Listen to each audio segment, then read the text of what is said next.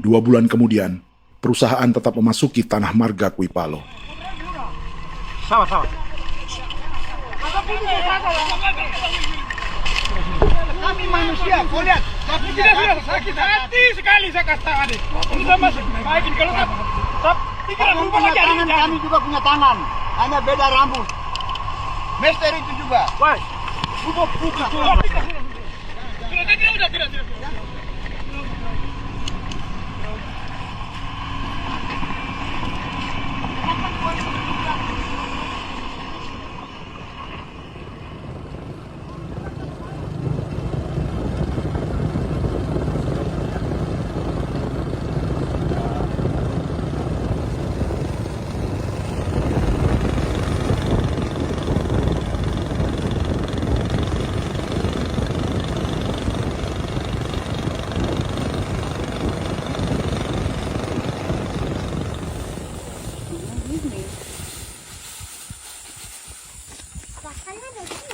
Kita masuk sini.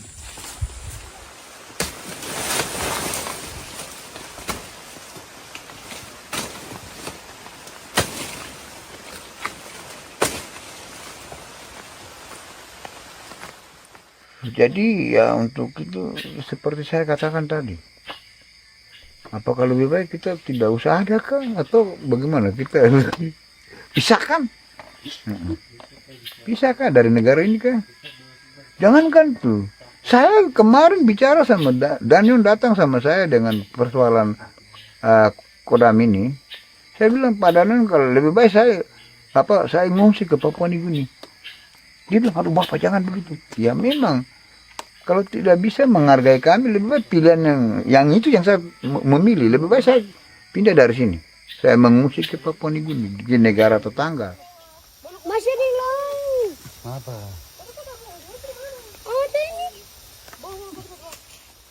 Saya bilang sama Kapolsek, Pak Agustus ini 17 Agustus saya tidak kasih naik bendera merah putih. Saya bendera ada, nanti saya taruh di meja. Bendera saya ada. Karena saya punya pikiran percuma kita ini merasa bahwa kita hidup di bawah naungan merah putih.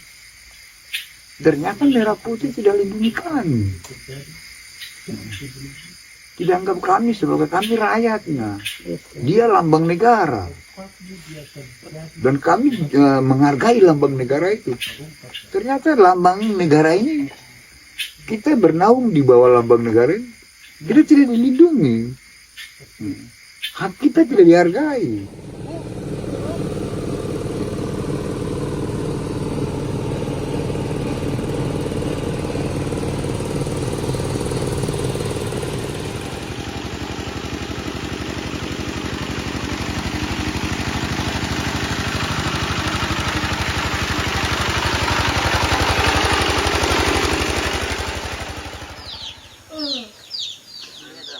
Marga Kuipalo dari suku Ye terus mendapat teror dan intimidasi agar melepas tanah mereka yang hanya dihargai Rp300.000 per hektar.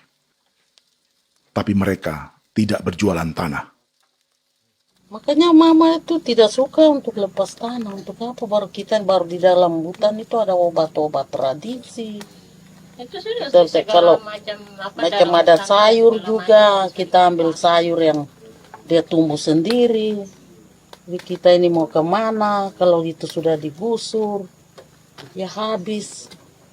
Kita ini jadi penonton. Jangan sampai kita ini duduk minta di jalan. Jadi kita tidak mau seperti itu. Makanya tanah itu kita tidak melepas. Tapi mungkin orang lain tuh dia senang saja. Lebih baik saya pegang uang merah dulu.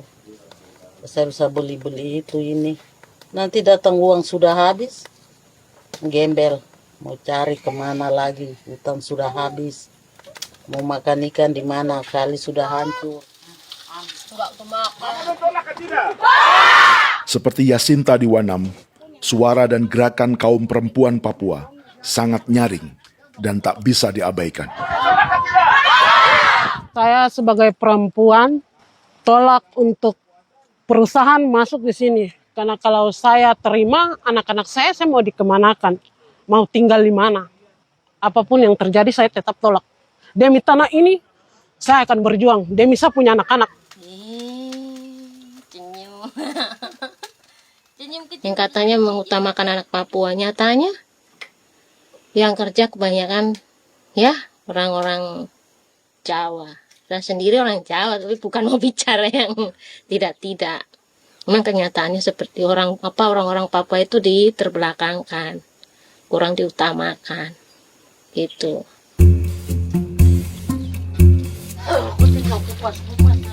Proyek food estate seperti mencetak sawah bukannya tak diikuti warga Papua.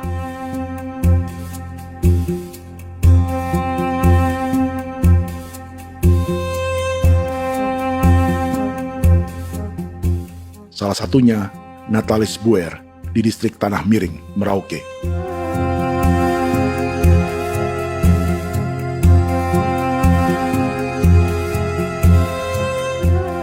Setelah menghabisi hutan, pemerintah Indonesia mencetak sawah untuk tanaman padi karena beras mulai menjadi makanan pokok menggantikan sagu.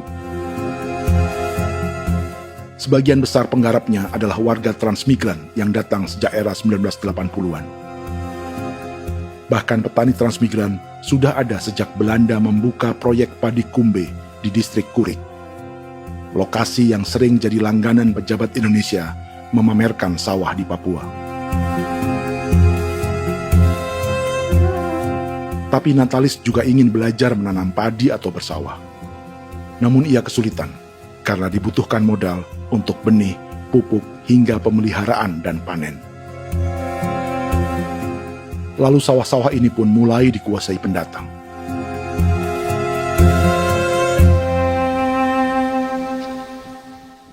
Tapi sejauh ini di kampung kami ini yang saya lihat memang ada kelompok kami punya di sini yang sudah tergabung dalam Gapoktan, kemudian masuk dalam optimalisasi lahan. Tapi baru saya anak asli yang punya lahan di sini. Mereka tidak punya.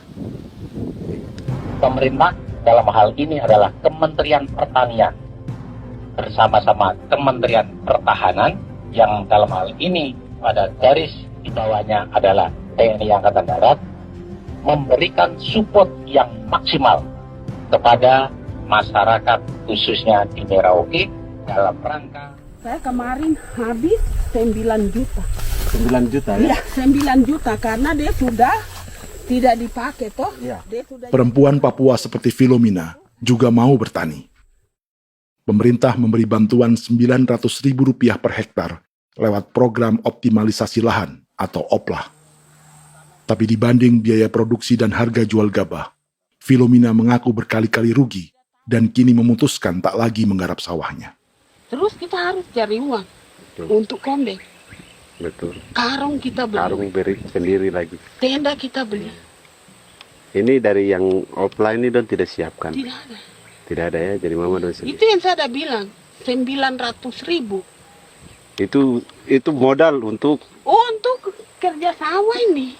mulai dari kerja sampai nanti panen. Panen. Wih, ngeri sekali. Iya, lucu toh? Tidak dapat itu. Betul, Mam. Dong maksud begini. Kalau disuruh tanam ubi berhektar-hektar, mari datang. Kita tahu cara rawatnya bagaimana, tanamnya bagaimana, tanam model bagaimana supaya hasilnya model begitu. Kita tahu. Kalau yang ini kan kita baru belajar. Sebagian hutan milik warga Senayu di Merauke sudah dibuka untuk sawah dan kebun tebu oleh PT Global Papua Abadi. Proyek pertanian ini dikerjakan oleh Kodim Merauke. Mereka melepas sebagian tanah karena ingin belajar bertani. Saya punya nenek moyang tidak ajar saya tanam padi. Tapi saya mau berubah. Generasi saya yang berikut ini besok lusa terus tidak bisa makan pisang, sagu.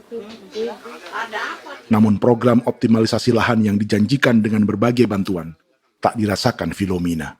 Obat rumput beli, obat padi beli, jonder kita bayar, bahkan bibit masih kurang, cari bibit lagi beli. Jadi saya memang kalau program pemerintah saya sama sekali saya tidak suka. Baku tipu saya.